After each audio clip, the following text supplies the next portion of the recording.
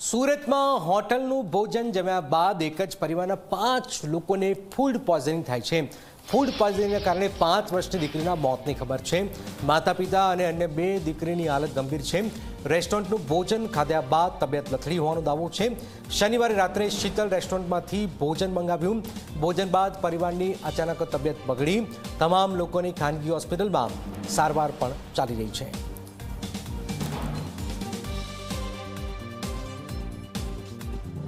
સુરતના વરાછા વિસ્તારમાં આવેલા રણુજા સોસાયટીમાં રહેતા કલસરિયા પરિવારને ફૂડ પોઈઝનિંગ થયું હતું। ફૂડ પોઈઝનિંગ દરમિયાન 5 વર્ષની જે દીકરી છે તે દીકરીનું કરુણ મોત નીપજ્યું છે। ખાસ કરીને અશોકભાઈ કલસરિયા જે છે તે પોતાના પરિવાર સાથે રહેતા હતા। 15મી ઓગસ્ટ હતો, જેને કારણે સાંજના સમયે અશોકભાઈ કલસરિયા દ્વારા ઘર નજીકની જે શીતલ રેસ્ટોરન્ટ છે ત્યાં 2 જેટલી જે સબ્જી છે તે ખરીદવામાં આવી હતી અને ઘરે આવીને પરિવાર સાથે ભોજન પણ લીધું હતું। જો કે આ ભોજન લીધા બાદ રાત્રિના સમયે અશોકભાઈ અને તેમની 5 વર્ષની દીકરી આર્યાની તબિયત લથડી હતી। ત્યારબાદ બંને સ્થાનિક જે ક્લિનિક છે ત્યાં સારવાર માટે લઈ જવામાં આવ્યા હતા। શરૂઆતના સમયે સારું હતું, જો કે ત્યારબાદ તેમની જે તબિયત છે તે વધુ લથડી હતી। આ દરમિયાન જ અશોકભાઈની જે પત્ની છે અને 2 દીકરી છે તેમની તબિયત વધુ લથડી હતી અને તેમને પણ સ્થાનિક જે ખાનગી ક્લિનિક છે તેમાં સારવાર માટે ખસેડવામાં આવ્યા હતા। આ દરમિયાન જે 5 વર્ષની જે આર્યા છે તે આર્યાનો ને જે તબિયત વધુ લથડતા તેમને સિમેર હોસ્પિટલમાં સારવાર માટે ખસેડવામાં આવ્યા હતા। જ્યાં આર્યાનું જે સારવાર દરમિયાન કરુણ મોત નીપજ્યા।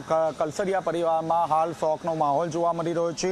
બીજી તરફ જોવા જઈએ તો જે રીતે આ ઘટના બની છે ત્યારબાદ ફૂડ વિભાગની જે ટીમ છે તે ટીમ એક્શન મોડમાં આવી ગઈ છે। તેમના દ્વારા તાત્કાલિક ધોરણે જે શીતલ રેસ્ટોરન્ટમાં જે છે તે રેડ કરવામાં આવી છે અને સેમ્પલ લેવામાં આવ્યા છે। આ સેમ્પલ લેબોરેટરી ખાતે મોકલી આપવામાં આવ્યા છે। બીજી તરફ જે આર્યાનો જે મૃતદેહ છે તે સિમેર હોસ્પિટલ ખાતે ખસેડવામાં આવ્યો છે, જ્યાં પેનલ પીએમ કરવામાં આવશે અને મોતનું ચોક્કસ કારણ જાણવાનો અહીં પ્રયાસ કરવામાં આવશે।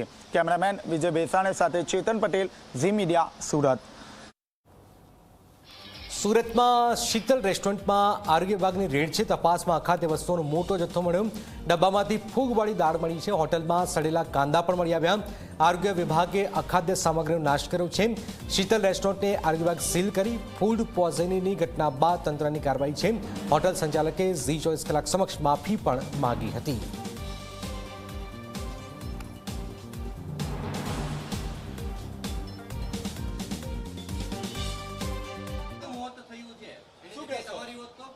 મારી દીકરી છે એમ માનો નહીં સાહેબ, હું એમ નથી કહેતો।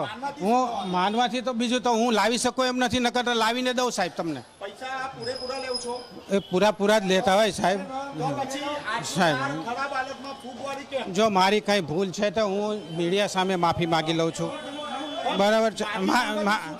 જો હું તો તમે મને હું અહીં હોટલ માલિકનો વાત છે અને તેમનો સાથીદાર તેમને અહીંથી ધક્કા મારીને બહાર કાઢી રહ્યો છે।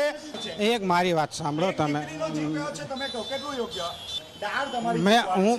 મારી વાત છે, તમે એક વસ્તુને પકડી લો। આજે કેટલી વસ્તુ અંદર રસોઈની અંદર હોય છે, આપણા ઘરમાં બી હોય છે સાહેબ, બરાબર છે? હું એમ રેસ્ટોરન્ટ છે, જોઈ શકો છો હોટલ માલિક પોતાનો બચાવ કરી રહ્યો છે।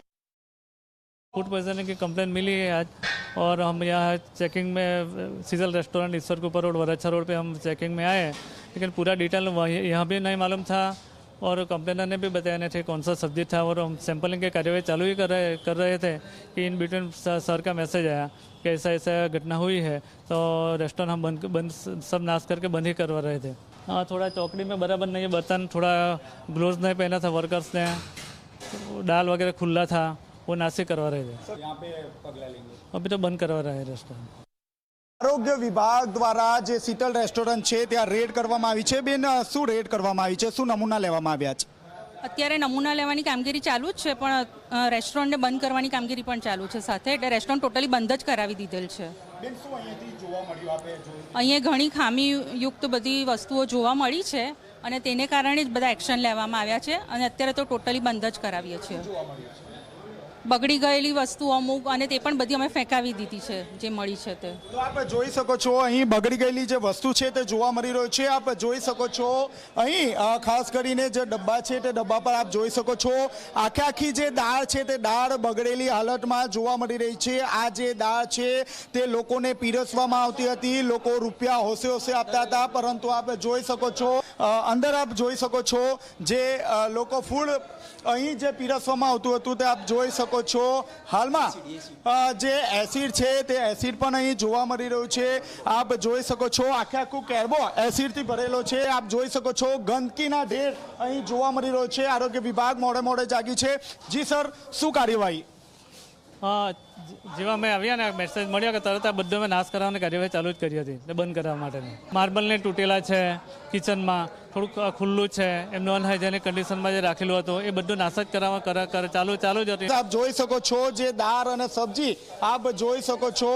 આવું જે સબ્જી અને દાળ સલાડ લોકોને અહીં પીરસવામાં આવતું હતું. લોકોના આરોગ્ય સાથે ચેડા કરવામાં આવતું હતું. જે દુકાનદાર છે, જી આવું અનહાઇજેનિક વસ્તુ વેચવાનું શું કારણ? ક્યાં અનાજ વસ્તુ કોઈ વસ્તુ આને ખરાબ નથી. દાળ પડેલી છે ફૂગવાળી. દાલ આ કચરોનો ડબ્બો છે યાર. કચાનો ડબ્બો નથી, હું દાળ બતાવું તમને. તે ડબ્બામાં નાખે છે, એમાં કચરો નાખે છે એટલે આવ્યો. આરોગ્ય વિભાગે તો ફૂડ આખો નાશ કર્યો. એ તો મને ખબર નથી ભાઈ. તો પછી કેમ નથી ખબર આપણને? લોકોને અનહાઇજેનિક ફૂડ આપો છો. આ જો બધા ખોલીને અમે એમ કરીને જતો રહે, પછી કે ખુલ્લું છે દાકણા. અનહાઇજેનિક દાળ તમને બતાવું, આખી સડી ગયેલી દાળ લોકોને પીરસો છો? નહીં યાર, એમ તો સડી દેલી દાલ કેમ ખાવામાં આવે? તો આપ જોઈ શકો છો આ ફ્રીઝર છે અને ફ્રીઝરની હાલત આપ જોઈ શકો છો.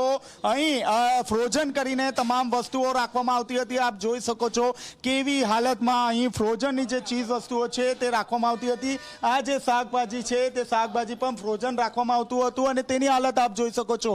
હાલમાં તમામ જે વસ્તુ છે તે અહીં ફ્રોઝન રૂપે અહીં રાખવામાં આવતું હતું. અને આમ ઝી 24 કલાકની ટીમ અહીં જે શીતલ રેસ્ટોરન્ટ છે ત્યાં આવી પહોંચી છે.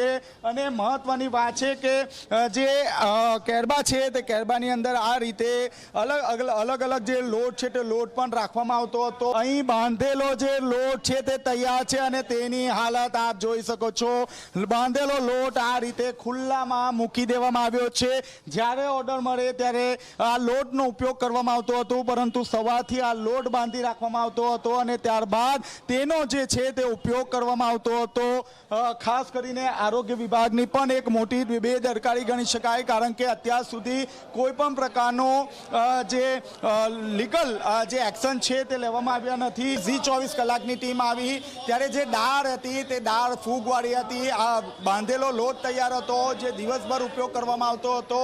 ક્યાંક ને ક્યાંક સ્પષ્ટપણે અહીં દુકાન માલિક જે છે તેમની બેદરકારી હોવાનું સ્પષ્ટપણે નજર આવી રહ્યું છે. હવે જોવાઈ નહીં રહ્યું કે આરોગ્ય વિભાગ કયા પ્રકારની કાર્યવાહી કરે છે. કેમેરામેન વિજય બેસાણી સાથે ચેતન પટેલ, ઝી મીડિયા, સુરત.